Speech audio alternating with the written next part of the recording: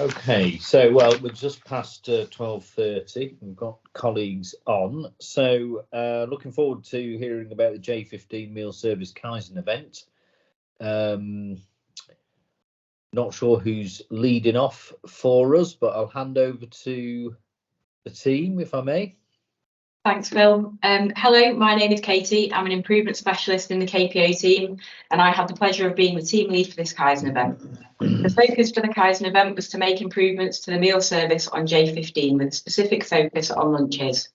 Our sponsor, Dean Legg, head of facilities, set us the challenge of empty plates, not empty stomachs, the right meal for the patient at the right time, the right level of support for each patient to enable them to eat, and the right environment and reduced interruptions.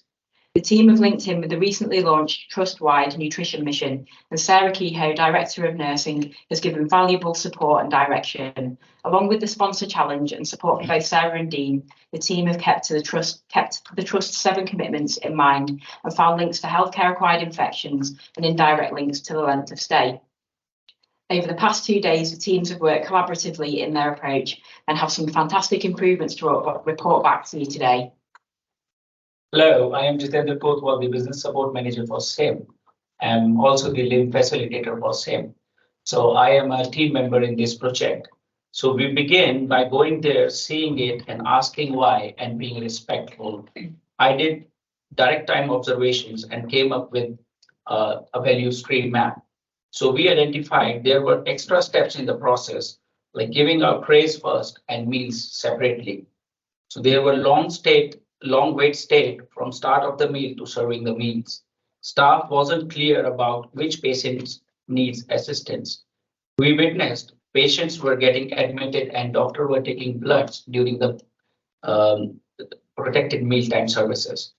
And during the observation, I asked the patients and the CSW workers, what are the reasons for patients for not completing or finishing their meals? So based on the data that we collected, I created a Pareto chart, and there were 4 main reasons. It was too much food on the plate, patient was confused, patient was too unwell, patient wasn't hungry. And 80% of the patients were not able to finish the meal due to having excess of food on the plate. Next slide, please. On the Kaizen event day, we did a 7 ways improvement activity. Each member was asked to share 7 improvement ideas. And based on we themed the ideas and used to come up with 4 set of small test of changes, which are huddle, patient preparation, soups and trays, and main meals. Hello, my name's Megan. I'm a dietitian and team member of this Kaizen event. I really enjoyed being a part of this process, and I know myself and my colleague Emily have felt empowered as dietitians to have our input valued in influencing change that has potential to improve the nutritional status of our patients.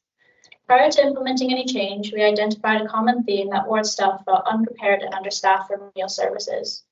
It was also observed that members of staff were interrupting patients during the meal service for blood work and other assessments. Therefore, the first PDSA was to implement a mealtime huddle before the meal service to gather all members of the team and share the responsibilities that come with each mealtime. A bell was also rung at the beginning of the huddle to signal to other members of staff that the protected mealtime was approaching in order to maximize the time that patients had to eat each of their meals. The huddle agenda included ensuring that all BMs had been checked and also ensuring enough staff were available to assist the patients that required it, and also to review the diet sheet that you can see there on the slide and any other changes with kitchen staff. It also included highlighting those that require assistance, marked with a red dot on the menu as a visual control, and was finished with a NERF or bandary allocating staff to a set amount of patients, which included the responsibility of completing food record charts. They also ensured that all staff were clear of the message and plan going ahead, and then sent them to prepare each patient. Our second PDSA involved changes to patient preparation prior to meal times. This was because we observed that housekeepers were having to clear tables while trying to distribute trays, and that many hand towels were being wasted and not used, which posed a risk of infection to our patients. Therefore, we reduced the setup time by having nurses and CSWs prepare patients prior to each meal service instead. This included sitting the patients up, assisting with hand washing, and clearing tables for the trays. It was also noted that housekeeping often had equipment that went missing, so we standardized this process by having housekeepers complete an equipment checklist at the end of each meal service. Hello, my name is Claire Cantrell. I'm a facilities supervisor on Glenalwyn. I was kindly asked to join this event along with some of my team friends from J15. During this event, we made a small change on how we deliver soups and trays. We discovered there was time wasted with the delivery of trays and soups separately. We came together and created some standard work to deliver soups and trays at the same time. We introduced 2 trolleys and 2 staff members to deliver the soups and trays. Alongside these, we created 2 wipeable soup and juice lists for staff members to identify which starter is required for each patient. Each member of staff to start at the opposite side of the ward and meet in the middle. Introducing a small test change with the main meals. A second bell to be rung to inform all staff members that main meals are ready to be served. We introduced independent patients to be served first and dependent patients to be served last, but importantly still following the isolation process. All staff members will stay with these patients that need assistance to help feed. We all came together as one team to enhance the patient experience at mealtimes. Our vision is to have empty plates, not empty stomachs, and to also embrace the little changes that make a massive difference to our patients. As a team, I feel we will look at change a little differently and be more open to change for the better experience for our patients. Hello, my name is James and I am the ward manager on J15 and happy to be the process owner for this Kaizen event. Prior to running the PDSAs, we collected background data relating to meal service on J15. The data showed that 11.6% of patients were leaving full plates at the end of meal service. 0% of patients were using the provided hand wipes prior to eating their meals. Only 57% of patients were receiving the meal that they had ordered. Only 60% of staff felt like they were organised and properly prepared to provide a quality meal service. A meal service was taking 125 minutes from the start of service to the end of collection, and the waiting time between patients being prepared for meals and soup arriving was 65 minutes. From this baseline data, we set the following targets for improvement based on what we felt a quality meal service should look like for patients. 0% of full plates left by patients. Due to HCAIs being very high on the trust agenda, we felt very strongly that 100% of patients should be using the provided hand wipes prior to eating their meals. 0% of patient tables should not be prepared prior to meal service. 100% of patients receiving the food that they had ordered. 100% of staff feeling that they were well organised and well prepared to provide a quality meal service. And we wanted to reduce the overall duration of the meal service to within 80 minutes and reduce the time between the patient being prepared and receiving the soup to within 15 minutes.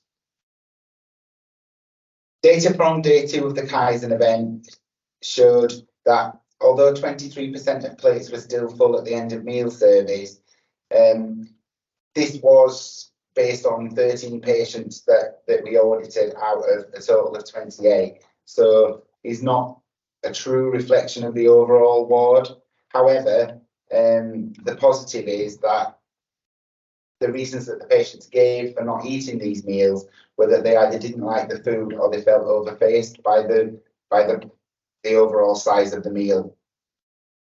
We aim to address this in further steps of the process with further work around patient menus, along with other ideas that we've come up with during the process.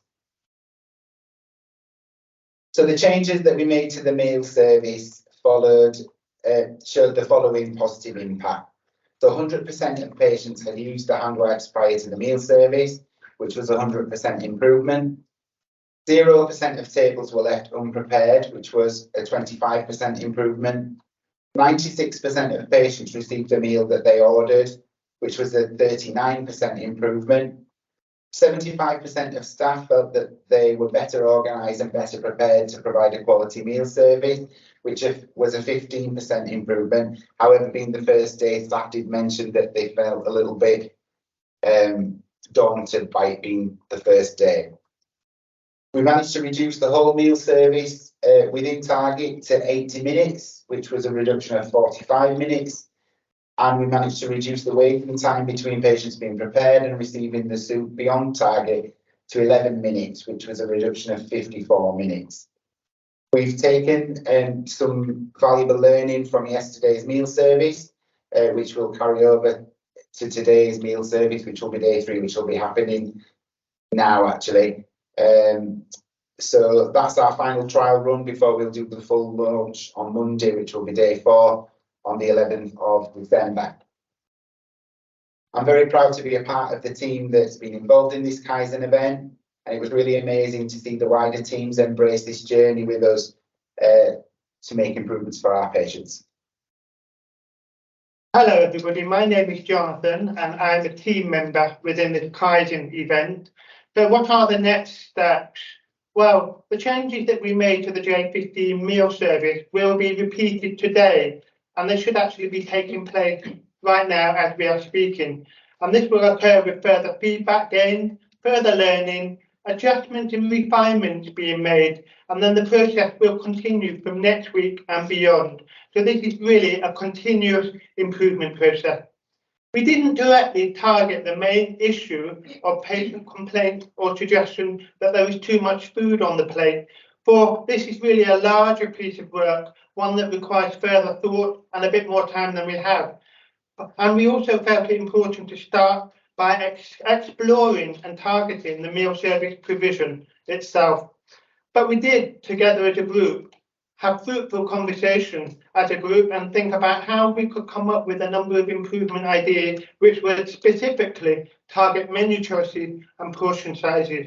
So this and other ideas will be put forward by the event team, will be considered and tested by the J15 ward team, which will result in further improvement in patient experiences and outcomes with regard to the meal service. So if the newly created process for meal service delivery on J15 should continue to be sustained successfully, then it is hoped that this model could be extended and trialled on other wards with the aim of standardising the meal service provision for our patients across the entire organisation. So what worked well? We were a very, very big group of individuals from a wide range of backgrounds and disciplines. Most of us had never met each other before, but we were able to come together seamlessly to share ideas, to identify and solve problems, and formulate a plan of action that was successfully implemented on J15, all within a 24-hour period. All team members worked in a really collaborative way, listening to each other, showing respect, and participating in many open and honest conversations. All were feeling empowered and motivated to improve both patient and staff experiences. The event itself, as you have heard, did result in the implementation of significant changes to the J15 meal service, all within a short space of time, and also resulted in the achievement of considerable improvement and positive results. What I found particularly enlightening was the witnessing the willingness of J15 ward staff. These are the frontline staff actually doing the work.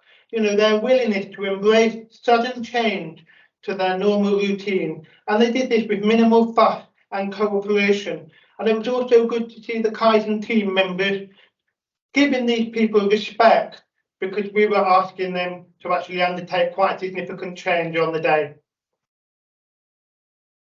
As you can see from the picture and long list of names, this wasn't a typical Kaizen event with a lot more than the usual 5 to 6 people we would have involved. There was a huge amount of interest and enthusiasm demonstrating the importance to people about getting this right. I'm sure if we could have physically fit more people into the Kaizen space, they would have been there. That said, having that many people trying to make improvement in one place went against all my own and other people's advice. There was a risk it could impact on our ability to make improvement. But in fact, we saw the opposite. What we had was an extremely engaged team who entered the room with open minds and demonstrated the Leeds way values and respectful behaviours. They truly are inspiring, and the reason they achieved so much was down to their attitudes and hard work. It was such a big group, not everyone could report out with us today, but many are on the call. and they are all out on the ward delivering the lunchtime service right now. So a big thank you to all, and congratulations on your amazing achievements. We look forward to seeing your progress at 30 days. That concludes our report out. Fantastic. Thank you very much, Katie and colleagues. I know there's a big list of people and lots of people presenting, so well done. I mean, really great work just in terms of something that's actually really important to our patients.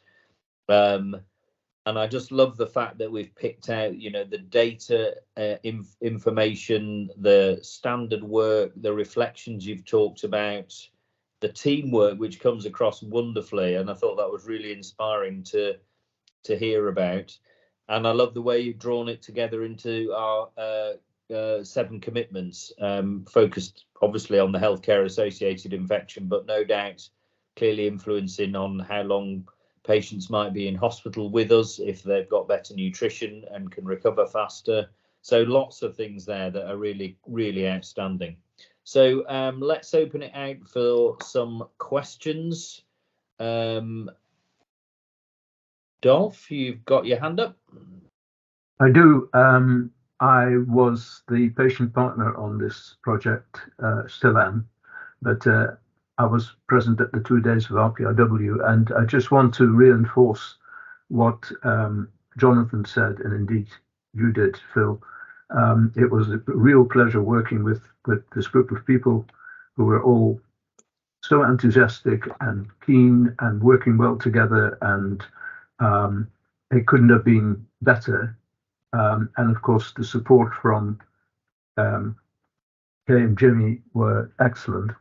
And it was a really good example of best practice. So thank you, everybody, for that. Thanks very much, Dolph. And I think it's, you know, how much we value our patient partners working with us and giving us that perspective. So it's really good for all of our work, but obviously for this kind of thing in particular, it's really helpful to get that picture. So thank you, Dolph, for that. Stuart? Thanks, Phil. Thanks, team. I'm absolutely thrilled about the work that you've done in such a short period of time on a subject that is really close to my heart as the head of nursing.